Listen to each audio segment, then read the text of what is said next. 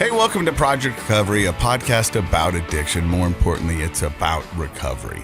And unfortunately, today is a somber day for the Project Recovery family. Although we say this podcast is a podcast that celebrates recovery, we sometimes, or at least myself, I get a little naive about the possibilities of recovery. Well, we are fortunate because, and I think we've both said, and maybe it is a little selfish, like we love doing the show because we get a boost from our guests who have overcome their addiction. They're living in recovery and they're doing amazing things here in our community. And that's the focus of this show. But the reality is there are more people losing the battle to addiction than are winning it. And it's not something we highlight on the show very much, but I think you and I spoke a few days ago, like for this reason that you're going to introduce, we probably need to highlight the fact that people don't always make it into and stay in recovery. Unfortunately, in the past week, we lost a friend, a former guest here on the podcast, Seneca Higley. Yeah, he was a great guest and a friend of the show. He passed away. People are still waiting for the toxicology and everything. So I really don't know exactly what happened. But all signs would indicate that he lost his battle to addiction. That he had a relapse and that took his life. Yeah. And it really hit me hard. I got a call from our community letting me know that he had passed away. And as I sat on the couch and tried to compute, digest, interpret all of that, I went through a range of emotions that I hadn't felt in a long, long time. I cried, I screamed, I sat in just complete silence because it just puts an exclamation point on the fact that this disease is a deadly disease that's killing too many people. And I don't know. It's one of those things because I want to help, and I think this podcast is helping. But there is nothing you can do. I can't make you stop. I can't, I can be there, I can support, and I can do the things that I know how to do. But ultimately, it comes down to the addict. And that's what's so sad about this, is that, it's a family disease, and it affects so many from just that one person. But that one person it falls solely on them. Does that make sense? I'm confused in my speaking right now because it's just so emotional and so raw. It's like, is there something I could have done? And I know the answer. There's not. And I try to do everything I can, but I think you and I are feeling a little bit of what, to some degree, a small amount of what we've had parents talk about on the show before, family members. We've had aunts and uncles. We've had people on the show that talk about their loved one's addiction and say kind of the same thing. Like, I feel like I've done everything I can do. What else can I do? They feel powerless because in the end, all the resources can be available. The support can be available. Tough love, supportive love, all sorts of things. In the end, if that addict isn't in a place where they're ready to take the leap into sobriety and recovery, then, that's the final piece, right? And maybe the most important piece. And then we've had people on the show before that we know have relapsed. And, but I think this hits especially hard because Seneca has ultimately lost his battle with addiction. And it's hard knowing that we had him here in the office, that we're friends with him, that he's actually part of the Project Recovery community.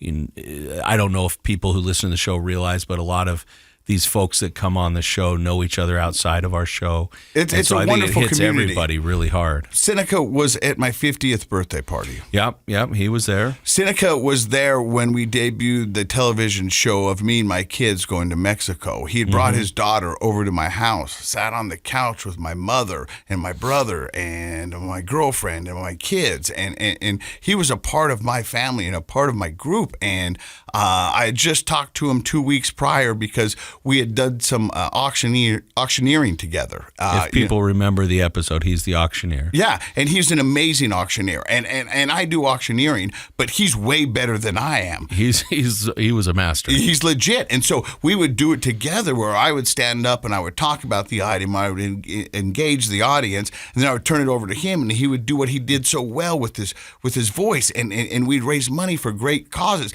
I mean, it takes me back to this thing. We were doing this thing for the Weaver School Foundation up in Ogden, and it was their Christmas Jubilee. And we're standing in front of a group of probably 500 to 1,000 people. And these are big wigs in the Ogden community, titans of industry. And you've got two addicts in recovery up on stage, trying to raise money for schools and for homeless outreach and stuff like that. And my first joke was, normally if you see these two faces together, you're looking at mugshots.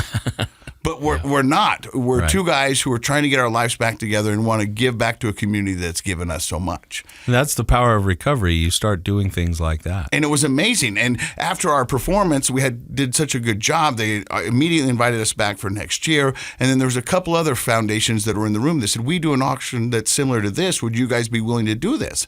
And so I talked to Seneca, and I was like, we can do this, buddy. Me and you can go out there and we can give back and we can have some fun. And this will be cool. And he was excited. And we had 3 other ones on the book. And so, I mean, it just really hit me hard because I didn't know if he was slipping. I've heard rumors that, that there was some slipping, and I feel bad that he never reached out. I feel bad that I didn't know. I don't know what I could have done, but I would have at least lent my ear. What do you think? I mean, I don't really know the answer to what my question is, and that is, what do you think we should do? What do you think friends and family should do when you hear rumors that somebody has had a backslide in their sobriety? Because it's a hard one, right? Yeah, it really is, because it's a rumor. Yeah, you don't know for sure, and relapses happen. And I think the smart person recognizes that relapses are part of the process. Not that you seek them out, but you can't see them as a definitive fail, unless, in this case, it's the last relapse. But relapses do happen. How many people do you and I know who have had many relapses but are now solidly in recovery? Like, not that you take it for granted or think you've got it licked, because you can't do that, but relapses can be part of the process. So what do we do? And that's the thing, is I don't have the answer, and it comes back to the addict having to be honest, and the disease that makes you lie and manipulate. You don't want to look at someone's face and tell them that you relapse, because although they might understand relapse happens, you can see the disappointment on someone's face. Sure. You know what I mean? And as an addict, you'll do anything and everything not to see that disappointment. And that's what leads you to the deception and the lying, because I'm going to try to get out of this because I don't want to see the hurt on your face, because you can't hide the hurt. You can't hide it. I mean, it was the thing is, I wouldn't have face-to-face conversations with loved ones if I'd been drinking, because I didn't want to see that look on their face. Yeah. And that's what led me to isolation. And so I wouldn't have to see that. And so when I was drinking, I would call people because they couldn't see my face. They couldn't see my face. And so that makes sense. Yeah. I don't know what we could have done. So here's an interesting question. Do you think being public with your recovery, a person's recovery, you or whomever, Seneca, or being part of this big community that so many people are part of, I think it's positive. We always talk about it in a positive way. Can it also be a pressure that the person, feels if they don't want to let the group down again? Exactly. But does that make you more secretive if you're having a relapse? I think it can. But I think if you really understand the community that you're a part of, that's the greatest thing about the recovery community. There is no judgment. I agree. I think they're the least judgmental people I've ever met. We've had people on here who said some of the most shameful things that they've done in their addiction, and put it out there, where I've sat in this chair and heard somebody say something. I was like, whoa, I can't believe you're putting that out there.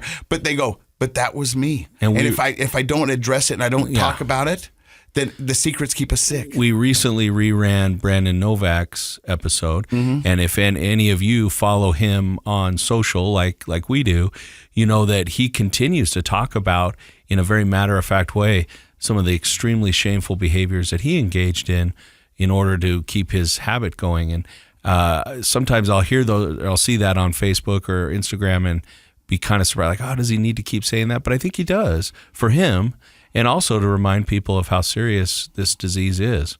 I no joke, or I maybe it is a joke, but I spend a lot of time on Facebook and Instagram, and I will see memes that come out with like Bradley Cooper or who's Iron Man? Robert Downey Jr. And talk about their sobriety and talk about things that they've done or show their picture of their mugshot. And I think to myself, I was like, that this picture of Robert Downey Jr. in orange jumpsuit. Yeah. And I go, I mean, he's been sober for 20 plus years. I mean, how long is he going to wear that? And then I think, well, maybe this is what keeps him sober, is that it reminds him of where his life can go, even if he thinks he's capable of having one drink. I think it's got to be part of the formula, right? Like owning that and not beating yourself over the head with it because somebody like him or you and other people in recovery, you want to accept that you are this person now, but that you could slip back into that person. So I think it plays a role. It's sort of maybe like an anchor to kind of keep you anchored in your reality. And one of the reasons that I do this podcast is it keeps me grounded and it keeps me I wear my sobriety like a badge of honor, and I will work it into any conversation that I can, just for the fact that I want to take ownership in it. I don't want anyone to have backdoor conversations about who I was or who I am. I think you like to burst that bubble just to get it out of the way, right? Yeah. Like you've talked to me about that. And so I work it in. Like if I can work it into a conversation, I don't force it on anybody, but if I can work it in, I work it in because it makes me feel more comfortable in any conversation, especially meeting new people, because of who I am and what happened to me. I know there's a lot of people that are wondering. Get rid of that elephant in the room. Yeah. So let's just address it and let's just move on. And for public figures, and to a large degree, Seneca was a public figure as well, right? Yeah. With his auctioneering and being on this show, and he's been a big promoter of sobriety and recovery in lots of settings. I think it's. I think that's the way to go, is to embrace ownership of that, because people already know about it. And I think it's good for you. And Seneca was an amazing man, and I don't want anyone to think that I'd never thought he was. And I love that guy with all of my heart, and I was impressed with what he overcame. If you go back and listen to his episode, he lived in California in the gutter for 2 years. On Skid Row. He'd been stabbed multiple times. Which is a real place, not just a band. A lot of people don't know that there's a real place. I remember when he was sitting in here and he was talking about his story of how he met some guys and they were going to go to a hotel room and they were going to get high, and they ended up jumping him and stealing his backpack and taking everything he owned, including his teeth. And he walked around for over a year without teeth. Yeah. And he was so humble and so generous and so genuine. It just made you love him. And so I don't know exactly what happened. I can tell you that this disease is ugly. And if this wasn't a KSL podcast, I would be cursing like a sailor, talking about how much I hate this disease, because I hate this disease. And what's crazy about it is it's a disease that is manageable. It's a disease that you can. I mean, it's treatable. People are in recovery. They are doing amazing things. They're living their best life. But that doesn't negate how brutal this disease can be. Well, just to show you, Seneca has a beautiful young daughter. She's been to my house. She was vivacious. She was fun. She was curious. This poor young girl had lost her mother 7 months earlier to the disease. So now this poor girl has lost her mother and her father within a year to the disease. Yeah. And that's where my heart breaks. My heart breaks for his family. My heart breaks for him. My heart breaks for her mother. And it's just, and you want to go, why? I mean, it doesn't make any sense. You know what I mean? And that's the thing. And I saw this thing that says, we say it on the podcast all the time, addiction doesn't discriminate. Right. You know what else doesn't discriminate? Recovery. That's true. Recovery doesn't discriminate. Yeah. And sometimes I feel guilty. And that was another one. And I don't know if it's me being selfish or what, but I sit there. So here's the deal, man. I'm learning this daddy-daughter dance with my daughter because it was their drill night. And we're sitting there in my foyer, and she's teaching me to dance, and we're doing choreographed dancing. And I'm having the time of my life because I'm laughing with my daughter. And I'm thinking to myself, how lucky am I, man, that I get to do this? Because at one point I didn't think it was going to be possible, and we're having a great time. And then the phone rings, and I find out that we lose Seneca to this disease. And I'm thinking, this is not fair. Why do I get to have this life? Why do I get to have these moments with my daughter? And then this poor girl has lost both her parents to the disease. And people will say, well, you don't understand his plan, or you don't, I don't. And I go, if there's a plan, it's a shitty plan. It's just plain. You know what I mean? I agree. I don't see anything good coming from this. Luckily, this lovely young lady has grandparents that love her, and she's surrounded by people who love her, who go above and beyond and do whatever we can to give her some sort of normalcy. But I don't know what that looks like. Well, what do you say? I mean, she's lost both of her parents to the disease of addiction. That's going to be her burden to bear throughout her life, to figure out how to manage life that way. I can only hope that her family and friends do continue to rally and support her, but that is a very profound example of how serious this disease is and how detrimental it is to human beings. And the reality is there is no fair. It is absolutely not fair. We work hard to get the things that we want to get in life and hope that it takes us in a healthy direction. We do know that it's much more likely to have the experiences that you had dancing with your daughter in your living room if we're clean and sober. And if I'm not clean and sober, I don't get that opportunity. Yeah, but I think I barely knew Seneca. You knew Seneca well. I think I can say, of course, he would have loved to have those experiences too. I can tell you without a doubt. It's not like you make a choice to do that other thing. And that's what I think a lot of listeners need to really hear is. Did he love his daughter? 100% with everything he had and would do anything. And people go, anything? Including stop? That's not how this disease works. You wouldn't say that to a parent who died of cancer, right? Yeah. Right? Like, I mean, but that's the thing. It's a disease. And so part of me, like, I'll read obituaries or I'll read stories of people who have passed from overdose, and in their obituary, it will just tell you all the great things. And I understand telling all the great things. Yeah. And celebrating their life. And that's the time to do it, I guess. But also, we should have a little reality check sometimes. 100%. Because, like, I want to talk about Seneca, and I want to talk about the amazing man he was, and I want to talk about the wonderful things he did and the things he overcame and all that. But we've also got to talk about the things that happened to him, and so that we can have a conversation about the disease, about addiction, and how we can help, and what can we do. And I want to preempt some Facebook comments that I know are going to be coming because of me emphasizing the disease here. Mm-hmm. But the reality is that every biological process we have is also influenced by, and sometimes even caused by, behavioral things in our life. So I used cancer a moment ago, and I said, and hopefully this would never happen, that somebody would say, blame the parent for leaving the child because they passed away from cancer. Mm-hmm. But the truth is, a lot of the behavioral choices and the environments we live in influence the cancers that we developed.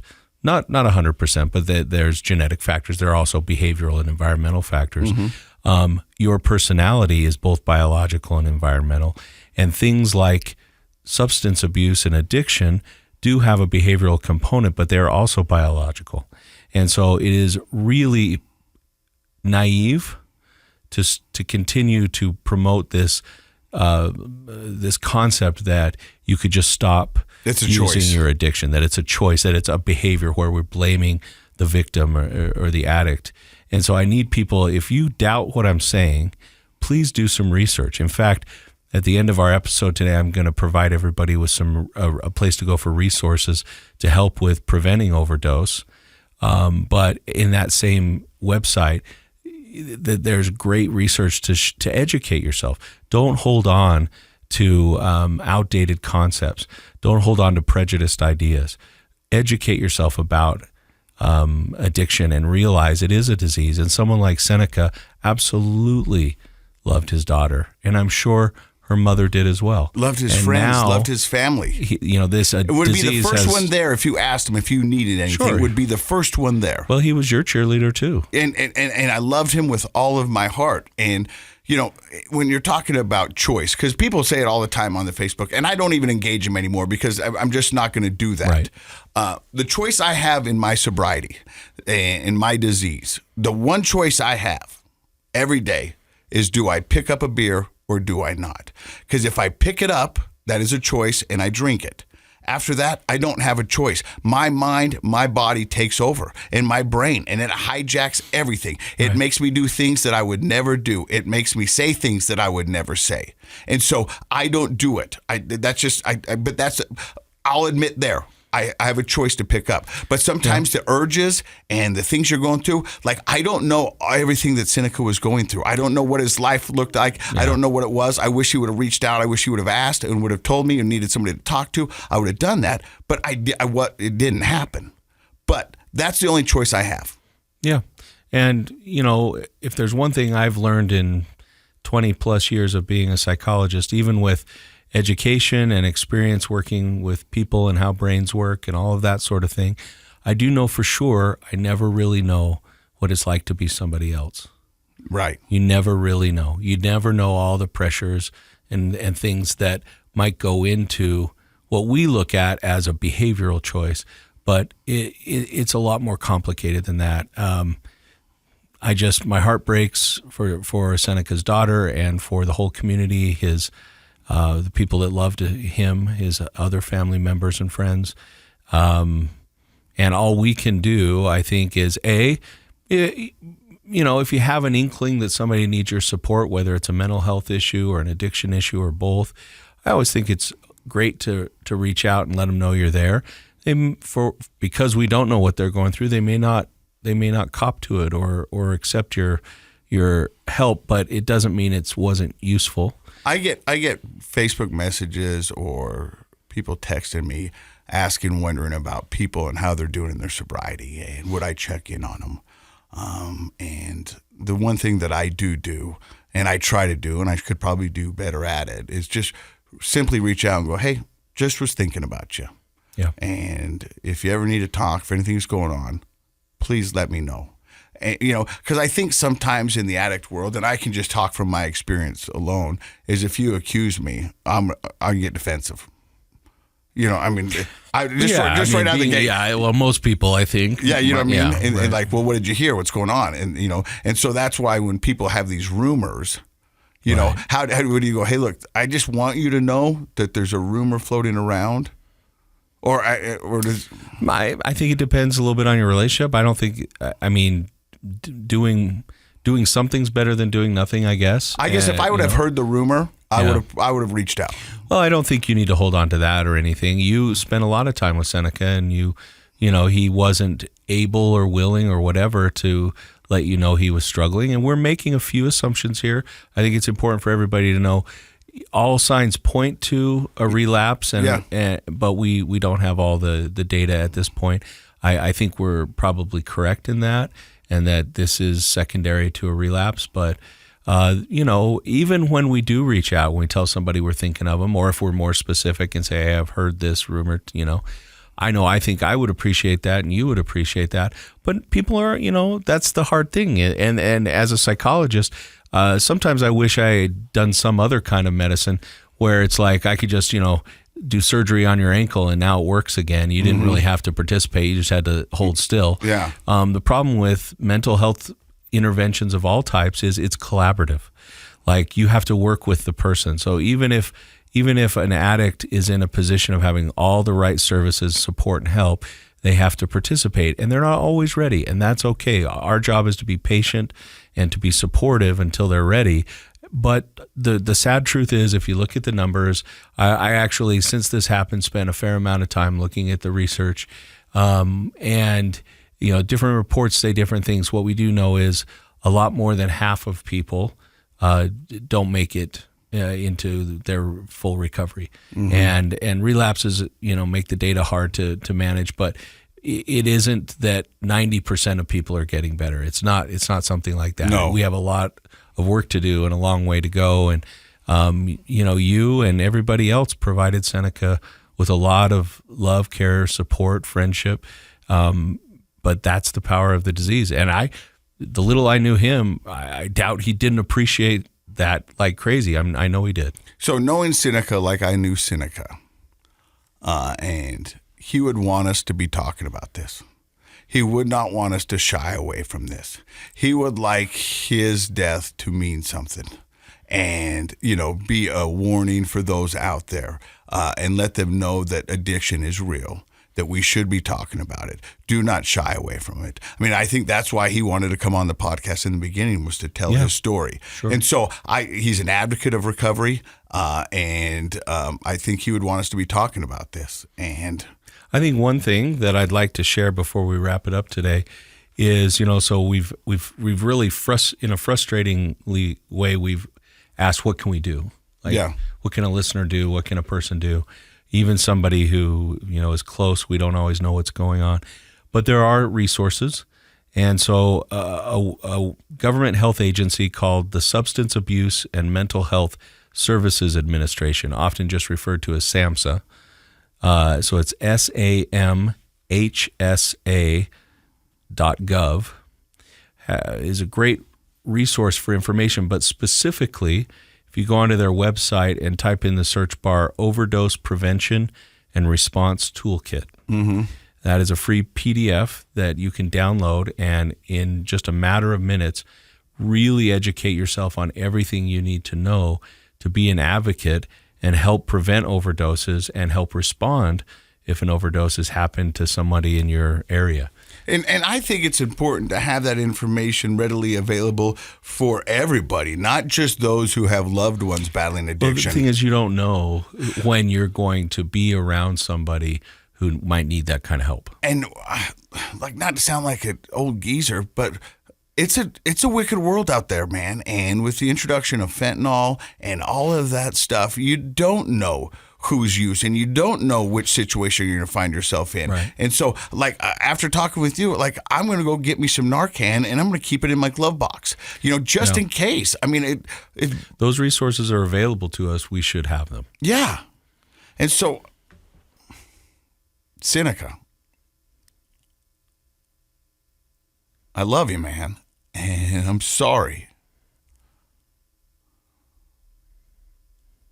I don't know what to say. I didn't know what to do. You made a difference. You lightened up every room that you ever walked into.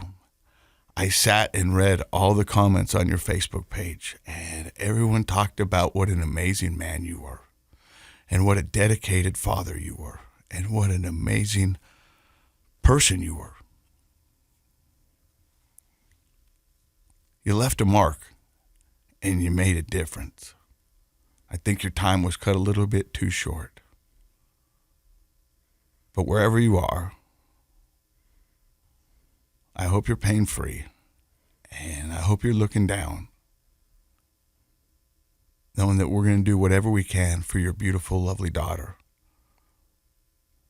Thanks for being you, and rest in peace, my friend.